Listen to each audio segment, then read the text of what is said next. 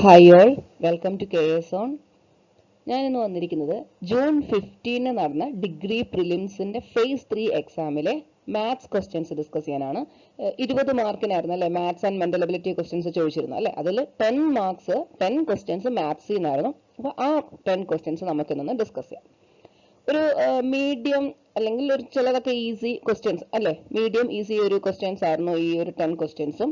അത്യാവശ്യം ഇതിനകത്തുള്ള മാത്സിന്റെ എല്ലാ ഏരിയാസും നന്നായിട്ട് മനസ്സിലാക്കിയവർക്ക് ചെയ്യാൻ വലിയ പാടുണ്ടെന്ന് തോന്നുന്നില്ല. എന്നാലും ചില ക്വസ്റ്റ്യൻസ് ഒക്കെ ഒന്ന് ചിന്തിക്കേണ്ടതായിട്ടുള്ളതും കണ്ടു. അപ്പം ഈ ഏരിയാസ് ഒക്കെ നന്നായിട്ട് പഠിച്ചാൽ തന്നെ നിങ്ങൾക്ക് മെയിൻസിലേക്കും നല്ല രീതിയിൽ, അതായത് മെയിൻസിന് വരുമ്പോൾ മാർക്ക് 10 മാർക്സേ ഉള്ളൂ. അതായത് മാത്സിൽ നിന്ന് 5 മാർക്സും റീസണിങ്ങിൽ നിന്ന് 5 മാർക്സും അല്ലെ. അപ്പം ഈ ഏരിയ ഒക്കെ തന്നെ നന്നായിട്ട് ഒന്നുകൂടെ ഒന്ന് ഫോക്കസ് ചെയ്ത് പഠിച്ചാൽ ആ 10 മാർക്സ് മാത്സിൽ സുഖമായിട്ട് കിട്ടാവുന്നതാണ്. അപ്പോൾ നമുക്ക് ഈ ക്വസ്റ്റ്യൻസ് എങ്ങനെ ചെയ്യാമെന്ന് നോക്കാം. First question time and distance എന്നുള്ളൊരു ക്വസ്റ്റ്യൻ ആയിരുന്നു. Arun travel 25 kilometre 50 metre by bus, 7 kilometre 265 metre by car and the rest 1 kilometre 30 metre he walked. How much distance in kilometre did he travel in all? വളരെ simple ആയിട്ടുള്ള ഒരു time and ഡിസ്റ്റൻസിലെ question ആണ്. Just unit എന്നറിയുക എന്നുള്ളത് മാത്രമേ ഉള്ളൂ. അപ്പൊ ഇവിടെ പറഞ്ഞേക്കുന്ന എല്ലാം ഡിസ്റ്റൻസ് ട്രാവൽ ചെയ്ത കാര്യമാണ്. എന്നിട്ട് ടോട്ടൽ ഡിസ്റ്റൻസ്, അതായത് ഈ ഡിസ്റ്റൻസ് എല്ലാം കൂടെ ആഡ് ചെയ്യണം. അപ്പൊ ഇവിടെ യൂണിറ്റ് കിലോമീറ്ററിലും മീറ്ററിലും കിടക്കുന്നുണ്ട്, അത് നോക്കി നമ്മൾ ചെയ്യുക എന്നുള്ളത് മാത്രമേ ഉള്ളൂ. ഫസ്റ്റ് 25 കിലോമീറ്ററും 50 മീറ്ററുമാണ് ബസ്സിൽ പോയത് അല്ലെ. അടുത്തത് കാറിലാണ് പോയത് 7 കിലോമീറ്ററും 265 മീറ്റർ. ഇനി റെസ്റ്റ് ബാക്കി എങ്ങനെ പോയത് 1 കിലോമീറ്ററും 30 മീറ്ററും നടന്നു പോയി അല്ലെ. ഓക്കെ, നമുക്ക് ഇതെല്ലാം കൂടെ ആഡ് ചെയ്യാം. അപ്പൊ കിലോമീറ്റർ മീറ്റർ സെപ്പറേറ്റ് ആയിട്ട് ഒന്ന് ആഡ് ചെയ്യാം. എന്ത് ചെയ്യണം? 7 1 8 13 33 കിലോമീറ്ററും, ഇനി മീറ്റർ ആണെങ്കിൽ 5 11 14 345 മീറ്റർ അല്ലെ. 33 metre and 33 kilometre and 345 metre ആണ് ഡിസ്റ്റൻസ് ട്രാവൽ ചെയ്തത്. നമുക്ക് വേണ്ടത് കിലോമീറ്ററിലാണ് അല്ലെ. അപ്പൊ ജസ്റ്റ് ഈ മീറ്ററിനെ കിലോമീറ്ററിലേക്ക് മാറ്റുക, അത്രേ ഉള്ളൂ. നമുക്കറിയാം 1 kilometre equal to 1000 metre. So 1 metre is equal to 1/1000 kilometre. So 345 മീറ്ററിനെ കിലോമീറ്ററിൽ ഉണ്ടാക്കാൻ എന്ത് ചെയ്യണം? 345/1000 അല്ലെ. 33 ഉണ്ട് പ്ലസ് ഇതിനെ നമ്മൾ കിലോമീറ്ററിലേക്ക് മാറ്റി. ദാറ്റ് ഈസ് 33 പോയിന്റ് 3 0 അല്ലേ. അപ്പം 3 പോയിന്റ് ഡെസിമൽ ശേഷം 3 ഡിജിറ്റ് ആയി അല്ലെ. ദാറ്റ് ഈസ് 0.345 എന്നായി. അപ്പൊ 33 രണ്ടും കൂടെ ആഡ് ചെയ്താൽ 33.345 കിലോമീറ്റർ. ക്ലിയർ അല്ലേ? നെക്സ്റ്റ് ക്വസ്റ്റ്യൻ പെർസെന്റേജിൽ ഒരു ക്വസ്റ്റ്യൻ ആണിത്. ഇത് നമ്മൾ പെർസെന്റേജിന്റെ ടോപ്പിക് എടുത്തിട്ടുണ്ട്, നിങ്ങൾ പ്ലേലിസ്റ്റിൽ നോക്കിയാൽ മതി. പെർസെന്റേജ്, പ്രോഫിറ്റ് ആൻഡ് ലോസ്, അങ്ങനെ നമ്മൾ കുറെ ഏരിയാസ് എടുത്തിട്ടുണ്ട്. അതിനകത്ത് നമ്മൾ പെർസെന്റേജിൽ അതിൽ പഠിപ്പിച്ച ഒരു മോഡൽ ക്വസ്റ്റ്യൻ ആണ് ഈ വന്നിരിക്കുന്നത്. A student has to secure 40% mark in an examination to pass. He got 320 marks and failed by 80 marks. Find the maximum mark.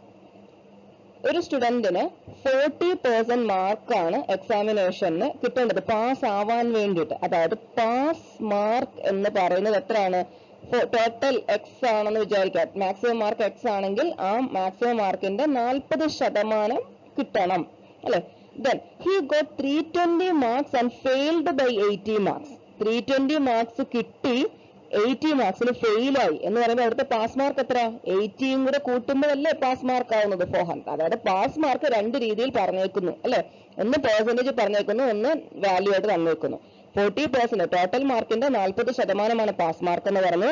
പിന്നെ ഒരു കുട്ടിക്ക് 320 മാർക്സ് കിട്ടി, എന്താ 80 മാർക്സിന് തോറ്റുപോയി എന്ന് പറഞ്ഞു അല്ലെ. അപ്പൊ 80 മാർക്ക് കൂടെ കിട്ടിയാലേ അത് പാസ് മാർക്ക് ആവത്തുള്ളൂ. സോ 40% ഓഫ് എക്സ് എന്ന് പറയുന്നതാണ് 400. അങ്ങനെയാണെങ്കിൽ എക്സ് കണ്ടുപിടിക്കാൻ സിമ്പിൾ ആയിട്ടുള്ള പ്രശ്നം അല്ലായിരുന്നോ? 40/100 of X is equal to 400. So X will be equal to cross multiply ചെയ്ത ആൻസർ പറഞ്ഞ 400 into 100/40 എന്ത് വരും? കട്ട് ചെയ്യാം 1000 അല്ലെ. ഇനി പെർസെന്റേജ് വെച്ച് നമുക്ക് ജസ്റ്റ് ഇങ്ങനെയും ചെയ്യാം. 40% എന്ന് പറയുന്നത് 400 ആണ് അല്ലെ. മാക്സിമം മാർക്ക് ടോട്ടൽ എന്നൊക്കെ പറഞ്ഞാൽ എത്രയാണ്? 100% ആണ്. 100% എത്ര ആണ്? ക്ലിയർ ആണോ? എന്ത് ചെയ്താൽ മതി, ഇൻറ്റു 10 കൂടെ ചെയ്താൽ മതി അല്ലെ. 40യുടെ കൂടെ 10 കൂടെ ചെയ്താൽ 400 കിട്ടും. സോ 100ന്റെ കൂടെ 10 കൂടെ മൾട്ടിപ്ലൈ ചെയ്താൽ 1000 കിട്ടും.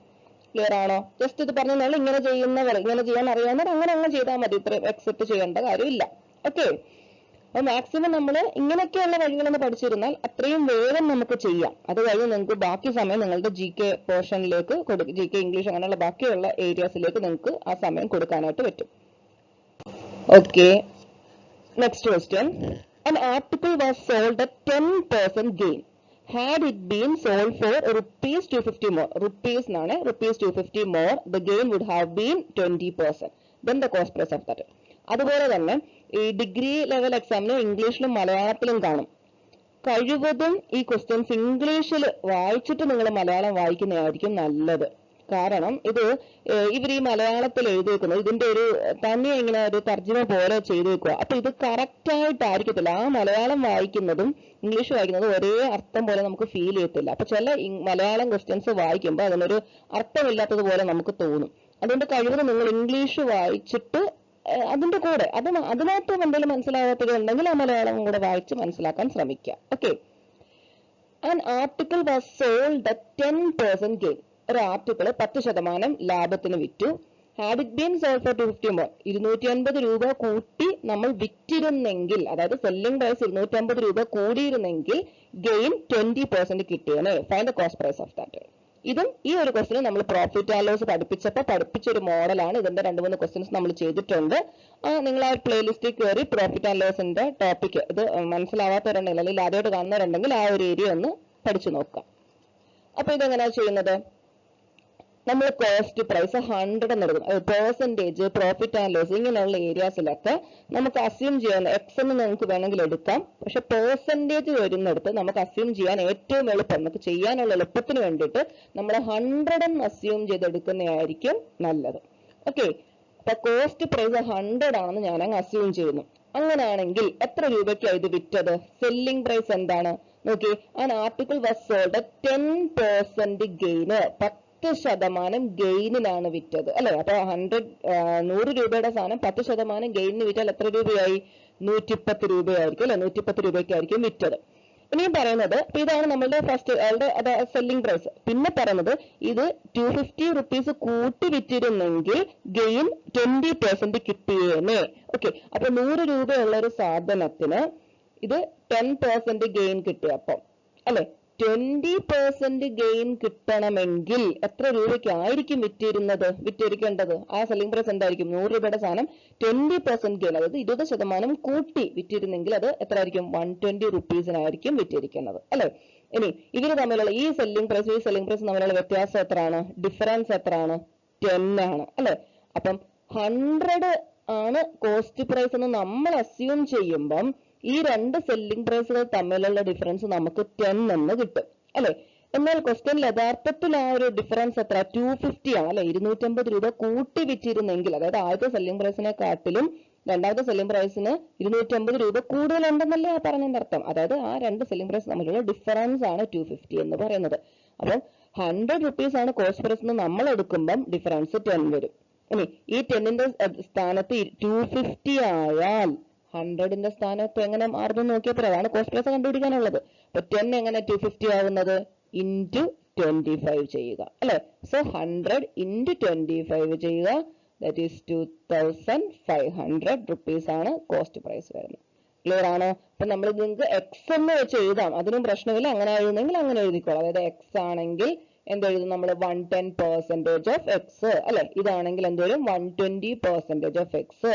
ഈ ഇതിന്റെ 120% of X minus 110% of X ആണ് എന്ത്? 250. അങ്ങനെയും ചെയ്യാം. ക്ലിയർ ആണോ? നെക്സ്റ്റ് ക്വസ്റ്റ്യൻ, ഇത് നമ്മുടെ സിമ്പിൾ ആൻഡ് കോമ്പൗണ്ട് ഇൻട്രസ്റ്റിലെ ക്വസ്റ്റ്യൻ ആണ്. An amount deposited for 2 years at simple interest rate 10.5% will yield same interest in 2 years if deposited for compound interest for 2 years if the rate of compound interest is. അതായത് ഏതോ ഒരു amount 2 വർഷത്തേക്ക് simple interest rate 10.5% റേറ്റിൽ simple ഇൻട്രസ്റ്റിൽ ഇട്ടാൽ കിട്ടുന്ന അതേ interest തന്നെയാണ് 2 വർഷം അതേ എമൗണ്ട് നമ്മൾ എന്താ കോമ്പൗണ്ട് ഇൻട്രസ്റ്റിൽ 2 വർഷം കോമ്പൗണ്ട് ഇൻട്രസ്റ്റിൽ ഇട്ടാൽ നമുക്ക് കിട്ടുന്നത് എന്നാ പറഞ്ഞത്. അങ്ങനെയാണെങ്കിൽ ആ കോമ്പൗണ്ട് ഇൻട്രസ്റ്റിൽ അങ്ങനെ കിട്ടാൻ വേണ്ടിയിട്ട് കോമ്പൗണ്ട് ഇൻട്രസ്റ്റിൽ ഇടേണ്ട റേറ്റ് എന്താണെന്നാണ് ചോദിക്കുന്നത് അല്ലെ. നമുക്ക് സിമ്പിൾ ഇൻട്രസ്റ്റിന്റെ ഇക്വേഷൻസ് ഒക്കെ അറിയാമോ? എന്താ ഇൻട്രസ്റ്റ്, സിമ്പിൾ ഇൻട്രസ്റ്റിന്റെ കേസിൽ interest is equal to P into principal into number of years into rate by 100 അല്ലെ. ഇനി കോമ്പൗണ്ട് ഇൻട്രസ്റ്റിന്റെ കേസിൽ നമ്മൾ എമൗണ്ടിന്റെ ഇക്വേഷൻ ആണ് പഠിച്ചു വെച്ചേക്കുന്നത്. എന്താണ് എമൗണ്ടിന്റെ equation? P into 1 plus R by 100 raise to N. ഇത് എമൗണ്ടിന്റെ ഇക്വേഷൻ. ഇനി ഇൻട്രസ്റ്റിന് എന്താ ചെയ്യേണ്ടത്? എമൗണ്ടിൽ നിന്ന് പ്രിൻസിപ്പിൾ കുറയ്ക്കുക അല്ലെ. എമൗണ്ടിൽ നിന്ന് പ്രിൻസിപ്പിൾ കുറയ്ക്കുമ്പോൾ നമുക്ക് കോമ്പൗണ്ട് ഇൻട്രസ്റ്റ് കിട്ടും. ക്ലിയർ അല്ലേ? അപ്പൊ ഈ ഇക്വേഷൻ അപ്ലൈ ചെയ്യുക എന്നുള്ളതേ ഉള്ളൂ. നോക്കി, അതായത് ഈ ഒരു സിമ്പിൾ ഇൻട്രസ്റ്റിന്റെ ഇതും ഈ കോമ്പൗണ്ട് ഇൻട്രസ്റ്റും ഈക്വൽ ആണെന്നാണ് ഇവിടെ പറഞ്ഞേക്കുന്നത്. വർഷം 2ഉം സിമ്പിളിന്റെ കേസിൽ റേറ്റ് 10.5 ഇട്ട് കൊടുത്താൽ ഏത് റേറ്റ് ഇട്ടാലാണ് ഇവര് ഈക്വൽ ആയിട്ട് വരിക അല്ലെ. അങ്ങനെയാണ് ചോദിക്കുന്നത്. അപ്പൊ നമുക്ക് കൊടുക്കാം പി ആണ് നമ്മൾ പ്രിൻസിപ്പൽ എന്ന് കൊടുക്കുന്നു. പി ഇൻറ്റു എത്ര? 2 ഇൻറ്റു 10.5 ബൈ 100. ഇതാണ് സിമ്പിൾ ഇൻട്രസ്റ്റ് അല്ലെ. ഇനി ഇത് നമ്മൾ റേറ്റ് 6 എന്നുള്ള റേറ്റ് കൊടുക്കുമ്പോഴാണ് ഈ കോമ്പൗണ്ട് ഇൻട്രസ്റ്റ് ഈക്വൽ ആവുന്നതെന്ന് പറയുന്നു. അങ്ങനെ നമ്മൾ ഇക്വേറ്റ് ചെയ്യാൻ പോവുകയാണ്. ഓക്കെ, അപ്പൊ കോമ്പൗണ്ട് ഇൻട്രസ്റ്റിനെ എങ്ങനെ എഴുതാം? പി ഇൻറ്റു 1 പ്ലസ് പി തന്നെ, അതേ എമൗണ്ട് തന്നെ അല്ലേ, അപ്പൊ പി തന്നെ കൊടുക്കാം. P into 1 plus R by 100 raise to എന്തായി? 2 ആയി അല്ലെ, മൈനസ് പി. ഓക്കെ, അപ്പൊ നമുക്ക് ഇവിടുന്ന് പി കോമൺ എടുത്താൽ എന്തോരും? P into 1 plus R by 100. അത് നമുക്ക് ഇങ്ങനെ എഴുതാം, 100 plus R by 100 the whole square. എന്ത് ചെയ്തു? ഇത് അല്ലെ, ഹോൾ സ്ക്വയർ. ഇവിടുന്ന് പി കോമൺ എടുത്തപ്പോഴത്തേക്ക് -1 ആയി അല്ലെ. ഓക്കെ, അപ്പൊ ഇവിടുത്തെ പിയും ഇവിടെ 10.5 ഇൻറ്റു 2 എന്തോരും? 105 ഇൻറ്റു 2 എന്ന് പറഞ്ഞാൽ 21 ആണ് അല്ലെ. 210. ഓക്കെ, 210. അത് കഴിഞ്ഞൊരു പോയിന്റ് വരുമ്പോൾ 21. അപ്പൊ 21 ബൈ 100 ഈക്വൽ ടു വന്നു. അപ്പൊ ഈ പിയും കട്ട് ചെയ്ത് കളയാവല്ലോ. പിയും പോയി. ഓക്കെ, ഇനി ബാക്കി നമുക്കൊന്ന് സോൾവ് ചെയ്തെടുത്താൽ പോരായോ? That is 21. ഇനി ഈ 1 ഇങ്ങി വരാമല്ലോ, ഈ 1 ഇപ്പുറത്ത് വരല്ലോ, ഇതൊരു സ്ക്വയർ ആയിട്ട് കിടക്കുമല്ലോ. അപ്പൊ ഈ 1 ഇപ്പുറത്ത് വന്നാൽ എന്ത് വരും? 21 by 100 plus 1 equal to 100 plus R by 100 the whole square. Okay, ഇത് ഞാനിപ്പോ എഴുതുമ്പോൾ ഇങ്ങനെ സ്റ്റെപ്പ് എഴുതുന്നത്, നിങ്ങളൊക്കെ എഴുതുമ്പോൾ ഇതിപ്പോ ഇത് ഇങ്ങനെയാണെങ്കിൽ ഇങ്ങനെ ഒരു ഇത് ഇങ്ങനെ ഇട്ട് പോയാൽ മതി, ബാക്കി ഇതങ്ങ് ചെയ്തോണം. ഓക്കെ, സോ എന്തോരും? 100 പ്ലസ് 21 ചെയ്യുമ്പോഴത്തേക്ക് 121 ബൈ 100 ഈക്വൽ ടു എന്തോരും? 100 plus R by 100 the whole square. അപ്പൊ ഇവിടുത്തെ സ്ക്വയർ പോയാലേ നമുക്ക് ഈ ആർ ചെയ്യാൻ പറ്റത്തുള്ളൂ. അതിനെന്ത് ചെയ്യണം? ഈ ഒരു സൈഡിലും സ്ക്വയർ ഉണ്ടാക്കണം അല്ലെ. ഏതെങ്കിലും രണ്ട് നമ്പറിന്റെ സ്ക്വയർ പറഞ്ഞാൽ നോക്കിയേ, 121 ഉം 100 ഉം 11ന്റെയും 10ന്റെയും സ്ക്വയർ അല്ലേ. That is 11 by 10 the whole square equal to 100 plus R by 100 the whole square. അല്ലെങ്കിൽ സ്ക്വയർ റൂട്ട് എടുക്കുക എന്നുള്ള രീതിയിൽ ആലോചിക്കുകയാണെങ്കിൽ അങ്ങനെ. ഓക്കെ, രണ്ട് സൈഡിലും സ്ക്വയർ റൂട്ട് എടുക്കുന്നു അല്ലെ. സ്ക്വയർ റൂട്ട് എടുക്കുമ്പോഴത്തേക്ക് നമുക്ക് എന്ത് വരും? 11 by 10 equal to 100 plus R by 100. Cut ചെയ്ത് ഈ 0 കട്ട് ചെയ്തു. ഓക്കെ, ദെൻ ക്രോസ് മൾട്ടിപ്ലൈ ചെയ്ത് 100 plus R equal to 110. That is R will be equal to 10%. 110 minus 100 10%. Clear അല്ലേ? Option D. ഓക്കെ ആണോ? Next question. Sita reads 1/4 part of a book in 1 hour. How much part of the book will be read in 2.5 അല്ലെ 1/5 hours അല്ലെ. Time and വർക്കിലെ question ആണ് അല്ലെ.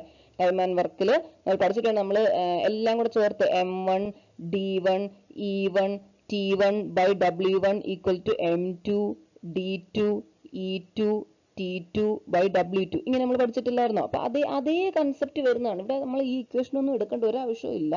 എന്നാലും ഞാൻ പറഞ്ഞു എന്നുള്ള ഇവിടെ എന്താ പറയുന്നത്, 1/4 പാർട്ട് ഓഫ് എ ബുക്ക് എന്ന് പറയുമ്പോൾ ഇങ്ങനെ ആലോചിക്കുക, വർക്ക്. ആ ഒരു ബുക്ക് വായിക്കുക എന്ന് പറഞ്ഞാൽ ഒരു ജോലിയാണെന്ന് വിചാരിച്ചാൽ മതി.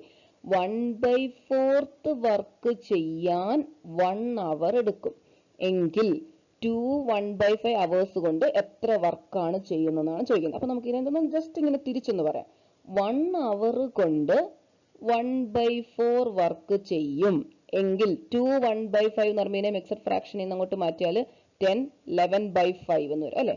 11/5 hour കൊണ്ട് എത്ര ഭാഗം വായിക്കുന്നു? അത്രേ ഉള്ളൂ. അല്ലെ? വർക്കും ടൈമും തമ്മിൽ ഇതിങ്ങനെ വരുമ്പോൾ നിങ്ങൾ ഈ റിലേഷൻ നോക്കുക. വർക്കും ടൈമും തമ്മിൽ റിലേഷൻ എന്താ? Directly proportion. വർക്ക് കൂടുന്നതിനനുസരിച്ച് ടൈം കൂടുന്നു, അല്ലെങ്കിൽ നമുക്ക് ടൈം കൂടുന്നതനുസരിച്ച് വർക്ക് നമുക്ക് കൂടുതൽ ചെയ്യാൻ പറ്റുന്നു, അല്ലെ? അതാണ് ഡയറക്ട്ലി പ്രൊപ്പോർഷണൽ ആണ്. അപ്പോൾ 1 മണിക്കൂർ കൊണ്ട് 1/4 വർക്ക് ചെയ്താൽ 11/5 അവർ കൊണ്ട് എന്ത് ചെയ്യാൻ പറ്റും? 11/5 into 1/4 വർക്ക് ചെയ്യാൻ പറ്റും. ക്ലിയർ അല്ലേ? That is 11/20. Okay, that is option D. Clear അല്ലേ? Next question. ഓക്കെ, ഇതും അതേപോലെ തന്നെ ടൈം ആൻഡ് വർക്കിലെ ഒരു മോഡൽ ക്വസ്റ്റ്യൻ ആണ്. ഇതും നമ്മൾ ടൈം ആൻഡ് വർക്കിന്റെ ടോപ്പിക് എടുത്ത സമയത്ത് ചെയ്ത ഒരു മോഡലാണ്. ഇമ്പോർട്ടന്റ് ആണെന്ന് ഞാൻ പറഞ്ഞതാണ്. അപ്പൊ അത് നിങ്ങൾക്ക് ആ വീഡിയോ കാണാത്തവരുണ്ടെങ്കിൽ അതൊന്ന് കണ്ട് നന്നായിട്ട് മനസ്സിലാക്കി പഠിച്ചുകൊള്ളുക. ഞാൻ ഇവിടെ എക്സ്പ്ലെയിൻ ചെയ്യാം. Okay, 6 men and 7 women can finish a job in 12 days, while 2 men and 5 women can finish it in 20 days. Okay, 6 men അല്ലെ, 6m plus 7 women എത്ര ദിവസം കൊണ്ടാ ജോലി ചെയ്ത്? 12 days. ഓക്കെ, അതായത് ഇത്ര ആളുകളുടെ എണ്ണം നമ്മൾ പറയത്തില്ലേ, M1 വർക്ക് എന്ന് പറഞ്ഞാൽ ആളുകളുടെ എണ്ണം ഇൻറ്റു ഡേയ്സ് അല്ലെ. ഇനി അവരുടെ ടൈം തന്നിട്ടുണ്ടെങ്കിൽ ടൈം എഴുതുക. ഇനി അവരുടെ എഫിഷ്യൻസി തന്നാൽ വ്യത്യസ്തരായിട്ടുള്ള ആൾക്കാരാണെങ്കിൽ അവർക്ക് എഫിഷ്യൻസി വേണം. അതായത് മെന്ന് വുമൺ. അതുകൊണ്ടാണ് നമ്മൾ മെന്നിന് M എന്നും വുമൺ W എന്നും കൊടുത്തേക്കുന്നത്. ഓക്കെ, അപ്പൊ 6 മെന്നും 7 വുമനും കൂടെ 12 ദിവസം കൊണ്ട് ചെയ്യുന്നു. ഇതാണ് ഇവിടുത്തെ ജോലി അല്ലെ. ഇനി അടുത്ത കൂട്ടർ എങ്ങനെയാ ചെയ്യുന്നത്? 6 men plus 5 women എത്ര ദിവസം കൊണ്ടാ? 20 days കൊണ്ടാ ചെയ്യുന്നത് അല്ലെ. ഇതാണ് ഇവിടുത്തെ വർക്ക്. ഈ വർക്ക് എന്താണ്? സെയിം ആണെന്നാ പറഞ്ഞേക്കുന്നത്. They can finish a job in 12 days while 2 men and 5 women can finish it in, അതായത് അതേ ജോലി തന്നെ 20 days കൊണ്ട് ചെയ്യാം. അപ്പൊ ഇവരുടെ വർക്ക് എന്ത് ചെയ്യാൻ പറ്റും? ഇക്വേറ്റ് ചെയ്യാൻ പറ്റും. ഇനി ഇതൊന്ന് സോൾവ് ചെയ്ത് നമുക്ക് എമ്മിലും ഡബ്ല്യൂലും ഒരു ഇക്വേഷൻ കിട്ടും അല്ലെ. അങ്ങനെ നമുക്ക് അവരുടെ റേഷ്യോ കണ്ടുപിടിക്കാൻ പറ്റും അല്ലെ. നോക്കിയേ, കട്ട് ചെയ്ത് 5 വെച്ച് കട്ട് ചെയ്ത് അല്ലെ, 4 വെച്ച് കട്ട് ചെയ്താൽ ഇവിടെ 3, ഇവിടെ 5 അല്ലെ. ഇനി ഒന്ന് ക്രോസ് ഇങ്ങോട്ട് കയറ്റിയിട്ട് മൾട്ടിപ്ലൈ ചെയ്ത് 6m into 3 18m plus 21w equal to 10m plus 25w. Okay, എമ്മും ഡബ്ല്യു ഒരു സൈഡിലോട്ട് പോയാൽ 8m equal to 4w, that is 2m equal to 1 woman അല്ലെ. 2m is equal to 1 woman ആണ്. അവിടെ നിന്ന് നമുക്ക് ജസ്റ്റ് റേഷ്യോ പോലെ എഴുതാം. m is to w എന്ന് പറഞ്ഞാൽ എന്താണ്? 1:2. അവരുടെ എഫിഷ്യൻസി നമുക്ക് കിട്ടും അല്ലെ. m is to w 1:2 ആണ്. ഇനി നമ്മൾ എന്താ ചെയ്യുന്നത്? നമുക്കറിയാം, ഇപ്പൊ നമ്മൾ പഠിച്ചിട്ടുണ്ട് വർക്ക് ഇസ് ഈക്വൽ ടു. അപ്പൊ ഇത് നിങ്ങൾക്ക് ഇത് മനസ്സിലാവുന്നില്ലെങ്കിൽ നിങ്ങൾ ഞാൻ പറഞ്ഞാൽ ഇതിന്റെ ഡീറ്റെയിൽഡ് ആയിട്ട് പറയുന്ന വീഡിയോ നമ്മൾ ചെയ്തിട്ടുണ്ട്, അതൊന്ന് നോക്കുക. വർക്ക് ഇസ് ഈക്വൽ ടു നമുക്കറിയാം എന്താ? എഫിഷ്യൻസി ഇൻറ്റു ടൈം ആണ്. അതാണ് നമ്മൾ എഴുതിയേക്കുന്നത്. ആളുകളുടെ എണ്ണം ഉണ്ട് അല്ലെ. എണ്ണം വന്നിട്ടുണ്ടെങ്കിൽ എണ്ണം ഉണ്ട്, എഫിഷ്യൻസി ഉണ്ട്, ഡേയ്സും കൂടെ മൾട്ടിപ്ലൈ ചെയ്താൽ നമ്മൾ എഴുതിയേക്കുന്നത് അല്ലെ. ഇനി നമുക്ക് കണ്ടുപിടിക്കാനുള്ളത് ടൈമാണ്. How many days? അപ്പൊ ഡി അല്ലെങ്കിൽ ഡി ഡേയ്സ് എന്നോ അല്ലെങ്കിൽ ടി എന്നോ ടൈം എന്നോ എങ്ങനെ വേണമെങ്കിലും പറയാം. ഡി ഇസ് ഈക്വൽ ടു എന്ത് വരാം? വർക്ക് ബൈ എഫിഷ്യൻസി ആണ് അല്ലെ. വർക്ക് എന്ന് പറഞ്ഞാൽ ഒന്നീ ഈ വർക്ക് അല്ലെങ്കിൽ ഈ വർക്ക് രണ്ടും സെയിം ആണെന്നല്ലേ പറഞ്ഞേക്കുന്നത്. അപ്പൊ ഇതേ വർക്ക് ചെയ്യാൻ 10 വുമണിന്റെ ടൈമാ ചോദിച്ചേക്കുന്നത്. ടൈം ഫോർ 10 men അല്ല, വുമൺ അല്ല, 10 മെന്നിന്റെ ടൈമാ ചോദിച്ചേക്കുന്നത്. അപ്പൊ നമുക്ക് പറയാം work by efficiency of 10 men അല്ലെ. ഓക്കെ, വർക്ക് എന്താ? ഏതെങ്കിലും ഒരു ഇക്വേഷനിൽ എമ്മിനും ഡബ്ല്യുവിനും വാല്യൂ ഇട്ട് കൊടുത്ത് ചെയ്യാം. ഒന്നീ ഈ ഇക്വേഷൻ അല്ലെങ്കിൽ ഈ ഇക്വേഷൻ, രണ്ടും ഒരേ വർക്ക് തന്നെയാണ്. ഓക്കെ, നമുക്ക് ആദ്യത്തെ ഇക്വേഷനിലോട്ട് ഇടാം. 6 into 1 plus 7 into 2 by into എന്തുണ്ട്? 12 ഉണ്ട് അല്ലെ, into 12. Okay, by efficiency of 10. ഒരു മെന്നിന്റെ എഫിഷ്യൻസി എന്ന് പറഞ്ഞാൽ 1 ആ. അപ്പൊ 10 മെന്നിന്റെ എഫിഷ്യൻസി പറഞ്ഞാൽ 10. ഓക്കെ, സോൾവ് ചെയ്താൽ മതിയല്ലോ. 6 plus 14 into 12 by 10, that is 20 into 12 by 10. Cut ചെയ്യാം. that is 12 into 2 24 days എന്ന് കിട്ടും. ഓക്കെ ആണല്ലോ. Next question. P, Q, R and S starts from same point to walk around in a circular path in the same direction around a garden whose circumference is 1 kilometer. P walks 5 kilometer an hour. Q walks 4 kilometer an hour. R walks 7 kilometer per hour. S walks 11 kilometer per hour. How long will it take all the four to meet again at the starting point? ഇത് നമ്മുടെ LCM and HCF എന്നുള്ള ഏരിയയിൽ നിന്നുള്ള ഒരു application question ആണ്. Okay, അപ്പൊ ഇതിന്റെ ഈ ടോപ്പിക്ക് നമ്മൾ ക്ലാസ് ഇട്ടിട്ടില്ല, ഉടനെ തന്നെ ഇടുന്നതായിരിക്കും. അപ്പൊ ഇത് ജസ്റ്റ് ഞാൻ ഒന്ന് പറയാം. ഇത് ക്വസ്റ്റ്യൻ ഇത്രയും വലുതാണെന്നേ ഉള്ളൂ, വളരെ സിമ്പിൾ ആയിട്ട് ചെയ്യാം. ഓക്കെ, ഇത് LCM LCF എന്നുള്ളത് എടുക്കാതെ തന്നെ നമുക്ക് ഇതിനകത്ത് ചെയ്യാനും പറ്റും. ഞാൻ ആദ്യം LCM HCF ആ ഒരു കൺസെപ്റ്റ് അല്ലെങ്കിൽ LCMന്റെ കൺസെപ്റ്റ് ഉപയോഗിച്ച് എങ്ങനെ ചെയ്യുന്നു പറയാം. ഒന്ന് നോക്കി. അപ്പൊ ഇതിവിടെ പറയുന്ന ക്വസ്റ്റ്യൻ നിങ്ങൾക്ക് മനസ്സിലായോ? ഒരു Pയും Q R S ഒരു സെയിം പോയിന്റിൽ നിന്ന് സ്റ്റാർട്ട് ചെയ്തു, ഒരു സർക്കുലർ പാത്ത്. അതൊക്കെ ഞാൻ പറയാം. ഈ ഒരു പോയിന്റിൽ നിന്ന് അത് സ്റ്റാർട്ട് ചെയ്തു, ഇങ്ങനെ റൗണ്ട് അടിക്കും. ഇതിന്റെ സർക്കംഫറൻസ് പറഞ്ഞിട്ടുണ്ട് 1 കിലോമീറ്റർ ആണെന്ന്. ഓക്കെ, അപ്പം ഈ P ആണെങ്കിൽ 1 അവറിൽ 5 കിലോമീറ്റർ വെച്ച് ട്രാവൽ ചെയ്യുന്നുണ്ട്. അതായത് സ്പീഡ് ആണെന്നേക്കുന്നത് അല്ലേ, ഒരു മണിക്കൂറിൽ എത്ര ഡിസ്റ്റൻസ് ട്രാവൽ ചെയ്യുന്നു, അതാണ് സ്പീഡ് എന്ന് പറയുന്നത് അല്ലേ. അപ്പൊ Pയുടെ സ്പീഡ് പറഞ്ഞേക്കുന്നത് 5 കിലോമീറ്റർ പെർ അവർ, Qന്റെ സ്പീഡ് പറഞ്ഞേക്കുന്നത് 4 കിലോമീറ്റർ പെർ അവർ, Rന്റെ സ്പീഡ് പറഞ്ഞേക്കുന്നത് 7 കിലോമീറ്റർ പെർ അവർ, Sന്റെ സ്പീഡ് പറഞ്ഞേക്കുന്നത് 11 കിലോമീറ്റർ പെർ അവർ. അങ്ങനെയാണെങ്കിൽ ഇവർ 4 പേരും കൂടെ എത്ര മണിക്കൂർ കഴിയുമ്പോഴാണ് അല്ലെങ്കിൽ എത്ര നേരം കഴിഞ്ഞിട്ടാണ് ഇവർ മീറ്റ് ചെയ്തതെന്നാണ് ചോദിക്കുന്നത്. ഓക്കെ, അപ്പം ഞാൻ വേറൊരു എക്സാമ്പിൾ പറഞ്ഞിട്ട് ഈ ക്വസ്റ്റ്യനിലേക്ക് വരാം. ഒന്ന് നോക്കിയേ. 2 ആൾക്കാരുണ്ടെന്ന് വിചാരിക്കാം, Pയും Qവും. ഈ 2 ആൾക്കാരും ഇവിടുന്ന് സ്റ്റാർട്ട് ചെയ്തു, ഒരു 10 മണിയായപ്പോൾ സ്റ്റാർട്ട് ചെയ്തു. P എന്ന് പറഞ്ഞാൽ ഓരോ 3 സെക്കൻഡിലും ഈ റൗണ്ട് കംപ്ലീറ്റ് ചെയ്യും. മനസ്സിലായോ? അതായത് 10 മണിക്ക് സ്റ്റാർട്ട് ചെയ്താൽ 10 മണി കഴിഞ്ഞ് ഒരു 3 സെക്കൻഡ് ആകുമ്പോൾ ഇതൊരു റൗണ്ട്, പിന്നെ ഒരു 3 സെക്കൻഡ് ആകുമ്പോൾ ഒരു റൗണ്ട്, അങ്ങനെ 3 സെക്കൻഡ് ഗ്യാപ്പിൽ ഈ ഒരു റൗണ്ട് കംപ്ലീറ്റ് ചെയ്യും. Q ആണെങ്കിൽ 4 സെക്കൻഡ് ഗ്യാപ്പിൽ ഈ ഒരു റൗണ്ട് കംപ്ലീറ്റ് ചെയ്യും. അങ്ങനെയാണെങ്കിൽ ഒന്ന് നോക്കിയേ. 10 മണി കഴിഞ്ഞ് ആദ്യത്തെ ഒരു 3 സെക്കൻഡ് കഴിയുമ്പോൾ P ഇവിടെ കംപ്ലീറ്റ് ആയി. അത് കഴിഞ്ഞ് 6 സെക്കൻഡ് കഴിയുമ്പം വീണ്ടും ഒരു റൗണ്ട് കംപ്ലീറ്റ് ആവും അല്ലെ, ഇവിടെ തിരിച്ചെത്തും.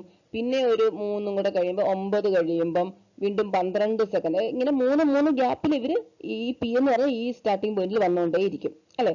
12-ന് വന്നു, പിന്നെ 15-ന് വന്നു, അങ്ങനെ. ഇനി Q ആണെങ്കിലോ 4 സെക്കൻഡ്, 10 മണിക്ക് അവർ ഒരുമിച്ച് തുടങ്ങി, 10 മണിക്ക് തുടങ്ങിയിട്ട് 4-മത്തെ സെക്കൻഡിലായിരിക്കും Q ഇവിടെ എത്തുക, ഈ ഒരു റൗണ്ട് കംപ്ലീറ്റ് ചെയ്തെത്തുക അല്ലെ. അപ്പൊ 4, 8, 12 അല്ലെ, അങ്ങനെ പോകും. ക്ലിയർ ആണോ പറഞ്ഞത്? ഓക്കെ, അപ്പൊ നോക്കിയേ. അപ്പൊ ഇവര് തമ്മിൽ 2 പേരും ഒരേപോലെ എത്തുന്ന എത്രാമത്തെ സെക്കൻഡിലായിരിക്കും? 12. അതായത് 10 മണി കഴിഞ്ഞ് 12 സെക്കൻഡ് കഴിയുമ്പം Pയും Qവും ഈ സ്റ്റാർട്ടിംഗ് പോയിന്റിൽ എത്തും അല്ലെ. അപ്പൊ ഈ 12 എന്ന് പറഞ്ഞാൽ ഈ 3-ന്റെയും 4-ന്റെയും എന്താണെന്നറിയാവോ? LCM ആണ്. അപ്പൊ ഇങ്ങനെ ഒരു സമയങ്ങൾ തന്നിട്ടുണ്ടെങ്കിൽ ഈ സമയങ്ങളുടെ LCM എടുത്താൽ എന്ത് കിട്ടും നമുക്ക്? ഇതിന്റെ ആൻസർ കിട്ടും. ക്ലിയർ ആണോ പറഞ്ഞത്? അപ്പം 10 മണിക്ക് 2 പേരും ഒരുമിച്ച് സ്റ്റാർട്ട് ചെയ്തു, എത്ര സമയം കഴിഞ്ഞിട്ടാണ് ഇവര് മീറ്റ് ചെയ്യുക അല്ലെങ്കിൽ ഒരേപോലെ അവർ ആ സ്റ്റാർട്ടിംഗ് പോയിന്റിൽ എത്തുക എന്ന് ചോദിച്ചാൽ 12 സെക്കൻഡ് കഴിയുമ്പോഴാണ്. ഈ ഒരു ക്വസ്റ്റിന്റെ കാര്യം ഞാൻ പറഞ്ഞത്, ഈ ഒരു എക്സാമ്പിളിന്റെ കാര്യം ഞാൻ പറഞ്ഞത് അല്ലെ. അടുത്തത് എത്ര? ഈ 12-ന്റെ മൾട്ടിപ്പിൾസിലെല്ലാം LCM ഏറ്റവും ലീസ്റ്റ് കോമൺ മൾട്ടിപ്പിൾ അല്ലെ ആണ് 12 എന്ന് പറഞ്ഞത്. അപ്പൊ ഈ 12-ന്റെ എല്ലാ മൾട്ടിപ്പിളും ഇവര് മീറ്റ് ചെയ്യും. 12 കഴിഞ്ഞിട്ട് 12 into 2 24 സെക്കൻഡ് ആകുമ്പോൾ ഇവര് മീറ്റ് ചെയ്യും. 12 into 3 36 സെക്കൻഡ് ആകുമ്പോൾ ഇവര് മീറ്റ് ചെയ്യും. അങ്ങനെയാണ് ഇത് പോകുന്നത് അല്ലെ. ഓക്കെ, അപ്പൊ നമുക്കിനി ഇതേപോലെ തന്നെ ഉള്ള നമുക്ക് ഈ ക്വസ്റ്റ്യനും ചെയ്യാൻ പറ്റും. നോക്കിയേ, ഇപ്പൊ എന്താ പറഞ്ഞത്? PQR. ഓക്കെ, ഇവിടെ സർക്കംഫറൻസ് അല്ലെങ്കിൽ ടോട്ടൽ ഡിസ്റ്റൻസ് എന്ന് പറഞ്ഞാൽ 1 കിലോമീറ്റർ ആണ്. P എത്ര ടൈം എടുക്കും ഈ ഒരു റൗണ്ട് കംപ്ലീറ്റ് ചെയ്യാനൊന്ന് നോക്കിയേ.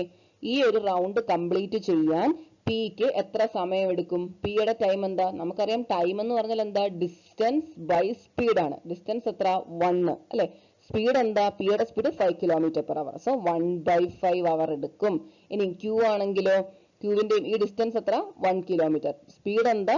4 കിലോമീറ്റർ പെർ അവർ. അതായത് 1/4 അവർ എടുക്കും. മനസ്സിലായി? നമ്മൾ ടൈം എഴുതുന്നത് Qവിന്റെ time.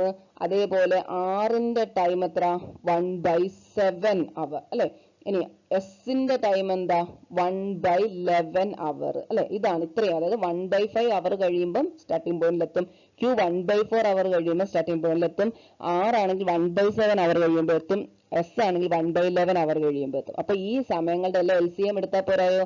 That is LCM of 1/5, 1/4, 1/7, 1/11. Clear ആണോ? ഇനി ഇത് ഫ്രാക്ഷൻസ് ആണല്ലേ. ഫ്രാക്ഷന്റെ LCM കാണുന്ന ഇക്വേഷൻ അറിയത്തില്ലേ?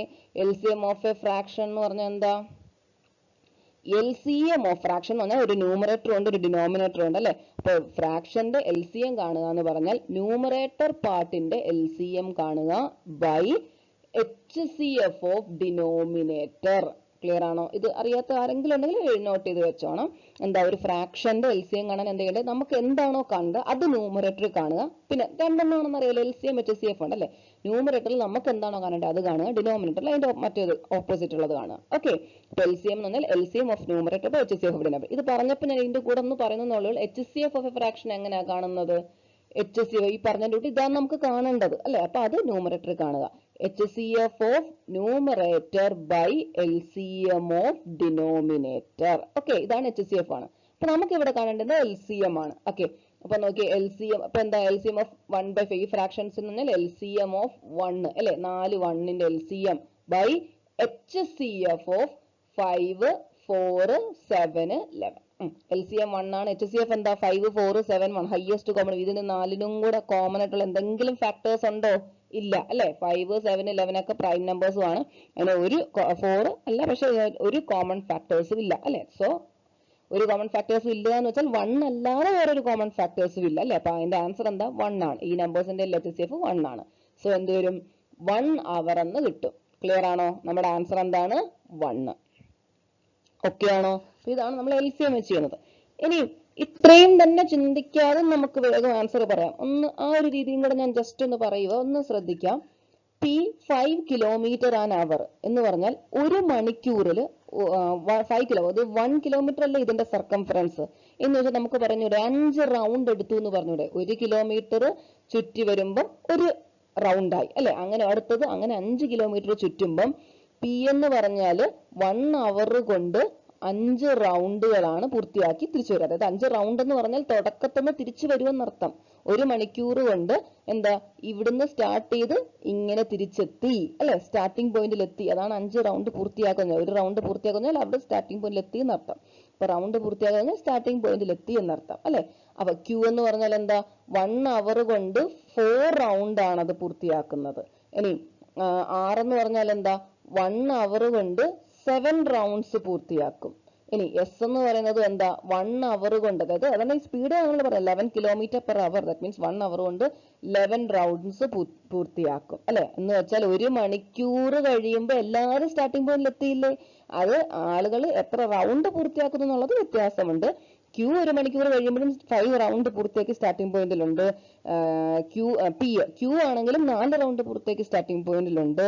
എന്ന് പറയുമ്പോൾ തന്റെ ആൻസർ എന്താ? ഈ 1 അവറാ. 1 അവർ ആവുമ്പോൾ എല്ലാവരും സ്റ്റാർട്ടിംഗ് പോയിന്റിൽ എത്തുന്നുണ്ട്. അവർ കംപ്ലീറ്റ് ചെയ്ത റൗണ്ട്സിന് മാത്രം വ്യത്യാസം ഉണ്ടെന്നേ ഉള്ളൂ. ക്ലിയർ അല്ലേ? അങ്ങനെയും നമുക്ക് വേഗം ആൻസർ പറയാം. ഓക്കെ ആണോ? Next question. The value of -343 raised to 2/3 അല്ലെ? ഇത് എക്സ്പൊണൻസ് ആയിട്ട് റിലേറ്റ് ചെയ്ത ടോപ്പിക് ആണ്. നമുക്കറിയാലോ a raised to m into n എന്ന് പറഞ്ഞാൽ എന്തത്? a raised to m into n എന്ന് എഴുതുന്നല്ലേ? a raised to m into n എന്നാൽ a raised to m ചെയ്യുന്നു, വീണ്ടും അതിനെ പവർ ചെയ്യുന്നു. ഇവിടെ എന്ന് പറഞ്ഞാൽ ഇപ്പൊ ഒരു ബൈ ആണ് അല്ലെ? a raised to m by n എന്ന് പറഞ്ഞാൽ നമുക്ക് എങ്ങനെ എഴുതാം? a raised to m into 1/n ഇങ്ങനെ ചെയ്തുകൂടായോ? a raised to m by n എന്ന് എഴുതിയേക്കുന്നതിന് a raised to m into 1/n എന്ന് എഴുതിക്കൂടാ? അപ്പൊ a raised to m the whole raised to 1/n എന്നോ, അല്ലെങ്കിൽ a raised to ആദ്യം 1/n എടുത്തിട്ട് the whole raised to m ഇങ്ങനെ നമുക്ക് എഴുതിക്കൂടായോ? അപ്പൊ അതേപോലെ എന്താണ് -343 raised to 3/2 എന്ന് പറയുമ്പോൾ ആദ്യം നമുക്ക് എന്താണ് by 3 അല്ലെ? raised to 1/3 ചെയ്യാം, പിന്നെ അതിന്റെ സ്ക്വയർ ചെയ്യാം. അല്ലെങ്കിൽ നിങ്ങൾക്ക് ഇങ്ങനെയും ചെയ്യാം. 343നെ ആദ്യം സ്ക്വയർ ചെയ്യുന്നു, -343 ആണ്, അതിനെ പിന്നെ 1/3 ചെയ്യുന്നു അല്ലെ? ഇങ്ങനെ എഴുതിയേക്കുന്നതാണ് m into 1/3 അല്ലെ? 343യുടെ ക്യൂബ് റൂട്ട് എടുക്കുക. ഇതൊക്കെ പഠിച്ചു വെച്ചിരുന്ന നല്ലതാ. 343 ഏതിന്റെ ക്യൂബ് ആണെന്ന് അറിയാമോ? 7ന്റെ ക്യൂബ്. അപ്പൊ നമ്മളൊരു 1 തൊട്ട് 10 വരെയുള്ള ക്യൂബുകളൊക്കെ അത്യാവശ്യം പഠിച്ചിരുന്നാൽ നല്ലതാണ്. അല്ലെങ്കിൽ ഇത് ചെയ്ത് നോക്കിയോളാം. 343 ഓക്കെ എന്ത് വരും? 7 വരും. അത് മൈനസ് ഉണ്ട്, അതായത് നമുക്ക് ഇങ്ങനെ വരാം -7 into -7 into -7 അല്ലെ? ഇത് ചെയ്താലാണ് നമുക്ക് -343 കിട്ടുന്നത്. അപ്പൊ എന്ത് വരും? ഇതിന്റെ ആൻസർ ക്യൂബ് റൂട്ട് എടുക്കുമ്പോൾ -7 വന്നു അല്ലെ? -7. അപ്പൊ ഇത്രയും മാത്രം നമ്മൾ ചെയ്തപ്പോൾ നമുക്ക് -7 കിട്ടി. പിന്നെ -7 ഹോൾ സ്ക്വയർ, -7 into -7 അല്ലെ? 49. സൈൻ വരത്തില്ലല്ലോ? 49. Answer option A. ക്ലിയർ ആണല്ലോ? Next question. How many balls of radius 2 centimeter can be made from a solid sphere of lead of radius 10 centimeter? ഒരു 10 റേഡിയസ് ഉള്ള ഒരു സ്പിയർ, ജസ്റ്റ് സ്പിയർ ആണ് ഇത്, 10 centimetre radius ഉള്ള സ്പിയറിൽ നിന്ന് ഇപ്പൊ അത് ഉരുക്കി എന്ന് വിചാരിക്കുക, അതിനെ ഉരുക്കി നമുക്ക് എത്ര 2 സെന്റിമീറ്റർ റേഡിയസ് ഉള്ള എത്ര ബോൾസ് ഉണ്ടാക്കാം എന്ന് ചോദിച്ചാൽ, അല്ലെങ്കിൽ ഇതേപോലെ ഏത് ഫിഗർ തന്നിട്ട് ഇത് ഉരുക്കി നമുക്ക് എന്തെന്ന് ചോദിച്ചാൽ അതിന്റെ എണ്ണം കണ്ടുപിടിക്കാൻ എന്ത് ചെയ്താൽ മതി?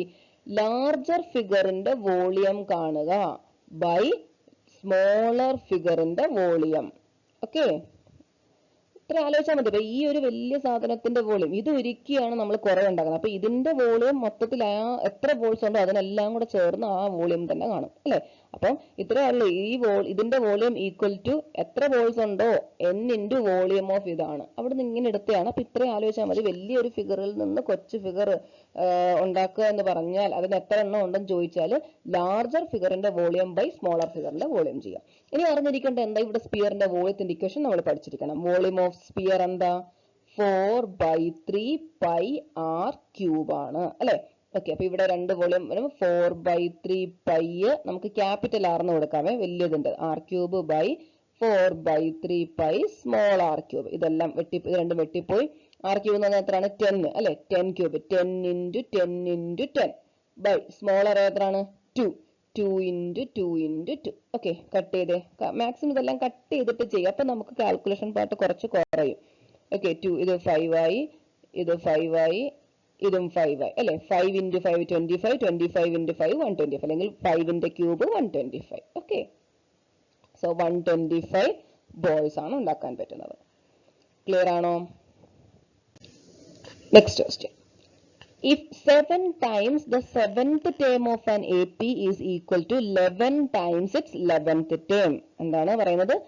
അങ്ങനെയാണെങ്കിൽ 18th term കാണും. ഇത് നമ്മുടെ AP ആണ് അല്ലെ, അരിത്തമെറ്റിക് പ്രോഗ്രഷൻ. അതിനകത്ത് നമ്മൾ അറിഞ്ഞിരിക്കേണ്ട കുറച്ച് ഇക്വേഷൻസ് ഉണ്ട്, അത് പഠിച്ചു വെച്ചേക്കുക. നമ്മൾ പറയത്തില്ല അരിത്തമെറ്റിക് പ്രോഗ്രഷൻ എല്ലാവർക്കും അറിയാമല്ലോ. ഫസ്റ്റ് ടേം A, അടുത്തത് എന്താ A+D, അതായത് അടുത്തടുത്തുള്ള ടേംസിന്റെ ഡിഫറൻസ് കോൺസ്റ്റന്റ് ആയിട്ട് വരിക, അല്ലെങ്കിൽ പൊതുവ്യത്യാസം അല്ലെ, അതാണ് കോമൺ ഡിഫറൻസ്. അത് രണ്ടെണ്ണം അടുത്തടുത്തുള്ള ടേംസിന്റെ ഡിഫറൻസ് സെയിം ആയിട്ട് വരുന്ന സീരീസിനാണ് നമ്മൾ അരിത്തമെറ്റിക് പ്രോഗ്രഷൻ എന്ന് പറയുന്നത് അല്ലെ.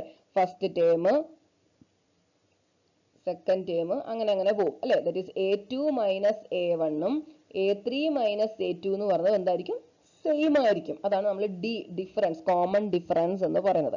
അപ്പൊ ഇതിന്റെ nth ടേമിന്റെ ഇക്വേഷൻ നമ്മൾ പറയുന്നത്, nth ടേമിന്റെ equation A plus n minus 1 into D. ഇത് പഠിച്ചു വെച്ചേക്കുക. അതേപോലെ സം ഓഫ് ടേംസിന്റെ ഇക്വേഷൻ പഠിച്ചു. ഇപ്പൊ ഇവിടെ നമുക്കത് വേണ്ട, ഞാൻ പറഞ്ഞ സം ഓഫ് ടേംസ് വരുന്ന ക്വസ്റ്റ്യൻസ് AP ചോദിക്കാറുണ്ട്. അപ്പൊ അതിന്റെ ഇക്വേഷൻസും പഠിച്ചു വെച്ചേക്കുക.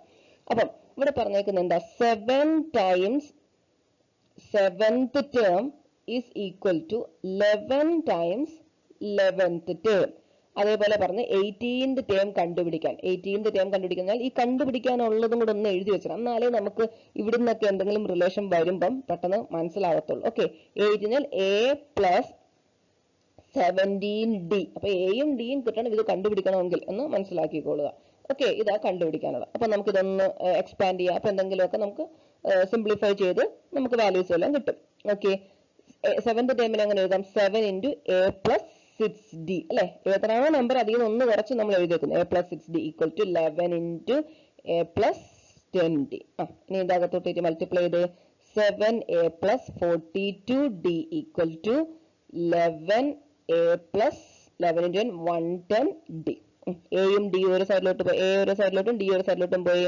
7A minus 11 that is minus 4A equal to 110D minus 42D. 110 42 8 68 അല്ലെ, 68D.